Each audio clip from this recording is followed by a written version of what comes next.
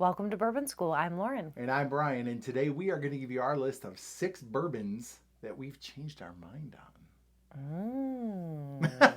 I like your stroking your beard.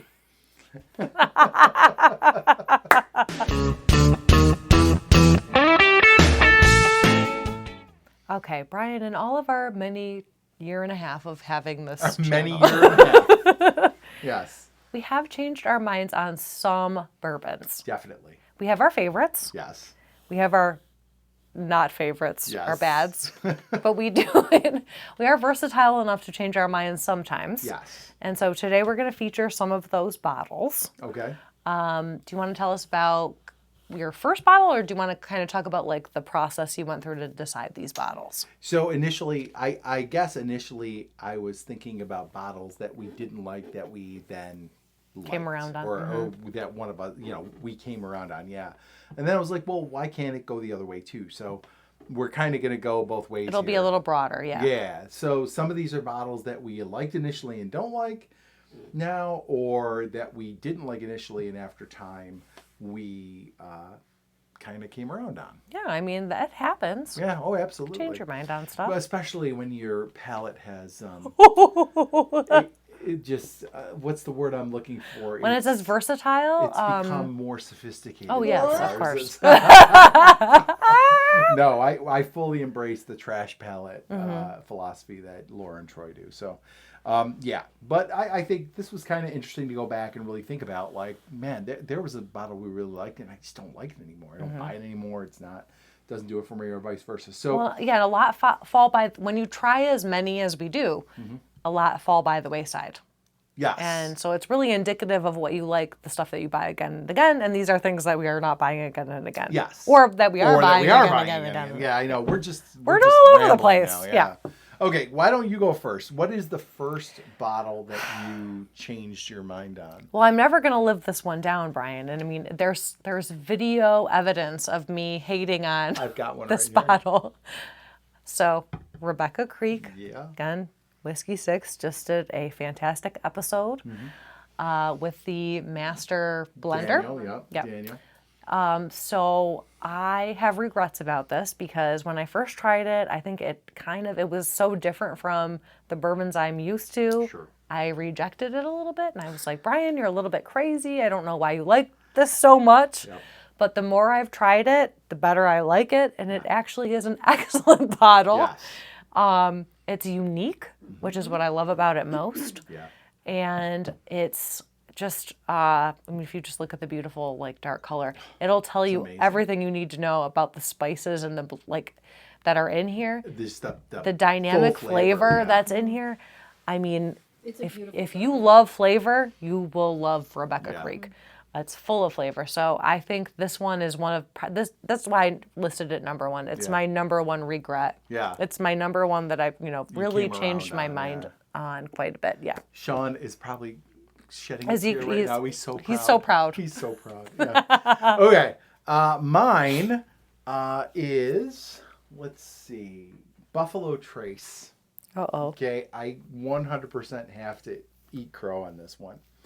We came into this, I was the one kind of driving this.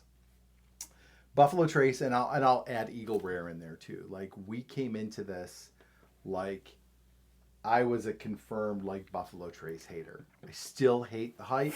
I still hate that people wait in line to get a bottle of just Buffalo Trace or just Eagle Rare. I still hate that people charge $50 or $60 for a bottle of Buffalo Trace. I hate all of that. But the bourbon itself, I have totally come around on. It is a perfectly Just fine, watch our blinds. Like, yeah, we did the Buffalo Trace, the Hater Project. The Buffalo Trace is a perfectly fine $20 to $30 bottle of bourbon. Eagle Rare is perfectly fine at $30 to $40. There is nothing wrong with those bourbons, and if I can find them at decent prices and not getting gouged for them, I definitely will buy them. I actually don't have a Buffalo Trace on the shelf. I do have an Eagle Rare. Yeah, you do. And actually, you're starting to find more Buffalo Trace around here. So, when I find it, I'll probably grab a bottle I have on the shelf.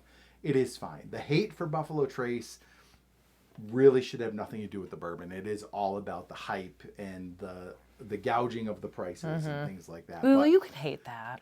I That's hate hateable. it. I hate it. Yes. But the bourbon is just fine, and I have come around on that 100%. So. All right, Brian. My Yes. next one is one that bourbon lovers love to hate, Yes. but that I didn't initially hate. Okay. And I mean, you have an empty one. you have an empty one. Oh, here it is. Basil Hayden. Oh yeah. So- Bourbon flavored water. So this is actually one of the first bourbons I ever tried, Okay. and people love it. I think because of the belt? bottle. It's all about this like Gucci belt or what, Yeah. I don't even know what's It, Gucci. it, I don't even it know does what that kind is. of look like a Gucci because it's got the initials there. Is Yeah. that Gucci or is that Chanel? I think both. Doesn't Gucci I have don't the know. G My and God, Chanel's we're got the not. 2 C's? We don't know. How We do I don't know know. more We about don't fashion know. than you? I shop at Marshalls and TJ Maxx. Stay tuned for my offshoot channel, Fashion School. Where I Fashion will tell School. you all about high fashion. I think the belt really gets people though. I think it does. But it's overpriced. I think that's what bothers me the That's most the about big Basil Hayden, because this is 80 80. proof, and I think bare that's minimum. where really it's like, oh, you kind of, if you're an early bourbon drinker and you're not quite sure what you're doing yet, you're like, oh, 80 proof Basil Hayden, it's great. Yeah. Look at this gorgeous bottle and this beautiful belt. But then you learn very early on that like Yeah. this is, don't believe the lies. Don't look at the belt. Look away. Go Yeah. find something better, because this is quite expensive. Not expensive, but it's like 50 or 60 50 or bucks 60 bucks. for 80 That's proof. crazy. Like Basil Hayden has lost me completely. I've changed my mind completely. I think that's a young bourbon drinker's dream. Is Yeah. Basil Hayden, and then it wears off, and you're like, there are much better things out there. If So you- you have yeah. to And if you- let this one go. Absolutely. If you gave that to somebody as like their first bourbon, and then 2 months later they were still drinking it, they're not going to be a bourbon drinker. Just give up on them. Yeah. Right. The proof yeah. is too low. It's too expensive. Yeah.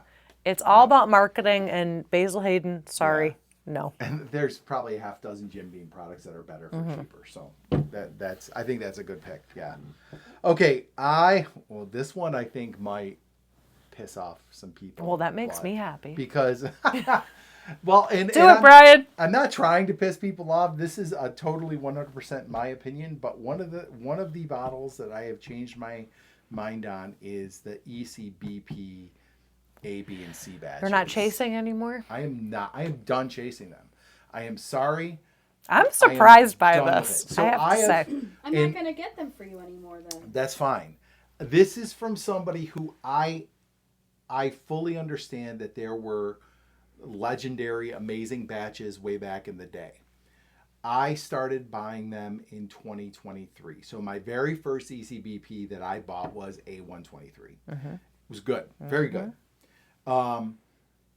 B was okay. C Yeah. was fine. A this year was terrible. B this year was better. Yeah. But I don't think any of them have been better than any of the private barrel proofs that I found in my travels. You have a better alternative. Yes. Instead of hunting these. If you Yeah. put my favorite batch, which is probably the A124. Yes. Or what A123. Yes. If you put the A123 in front of me that I've tried Mm-hmm. and a private barrel proof pick, I would pick that private barrel every time. I have had 4 or 5 of them. I've had a couple from Minnesota, one from West Virginia.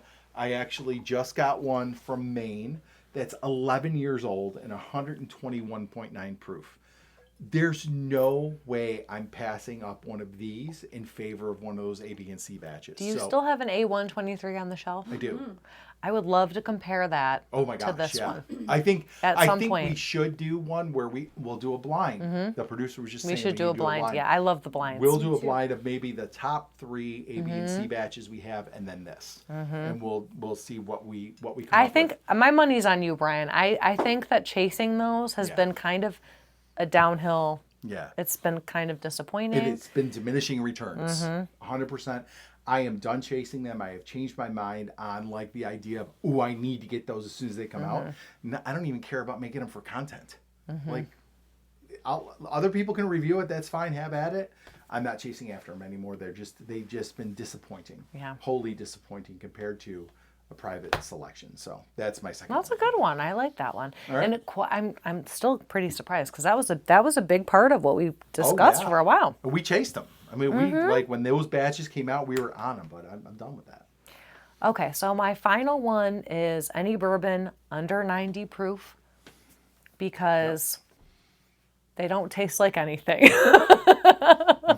Even our favorite brands, what they're offering at under 90 proof is not great. So for us, the sweet spot to me is between 110 and 120 proof. That's where I like to drink now. It's a big mind changer for me because, of course, as you go through your bourbon journey, you're going to start low and you're going to go higher.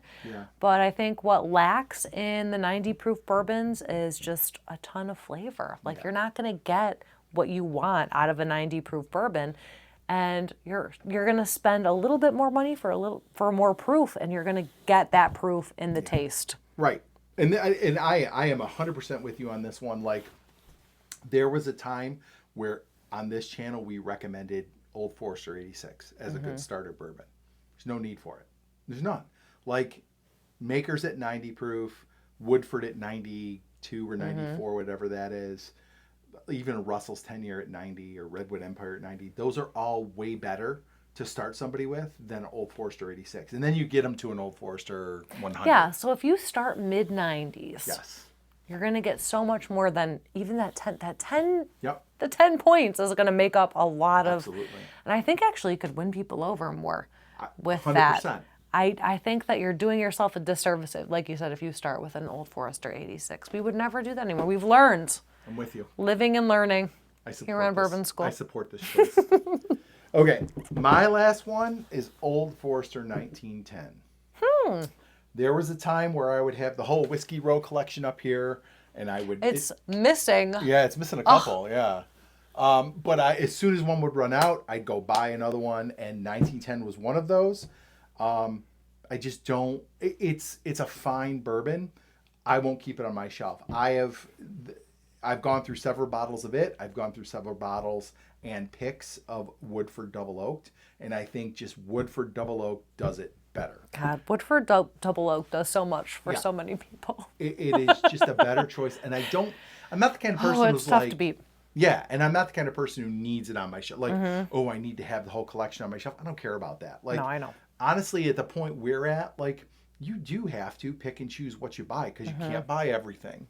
And 1910 is one that just doesn't have a place for me anymore, and it did regularly. And I like if I'm going to the liquor store and I want a double oak bourbon, I'm just gonna buy a Woodford Double Oaked over a 1910 10 out of 10 times. Yeah, no, I agree. I mean, we've talked about Woodford being so good so many times, and it's an easy replacement. Yeah, easy. Yep, absolutely. And Old Forester has better offerings anyway, so you're not missing that. Right, you could still get Old Forester, you still get all that flavor and quality, but 1910 you just don't need it. You just don't need it. So, all right, so let us know in the comments maybe some bottles you changed your mind on, like whether for the good or for the bad. Yeah, and if you like this video, please like, subscribe, share, and hit the bell for notifications, so you never miss another episode of Bourbon School. Cheers, Lauren. Cheers.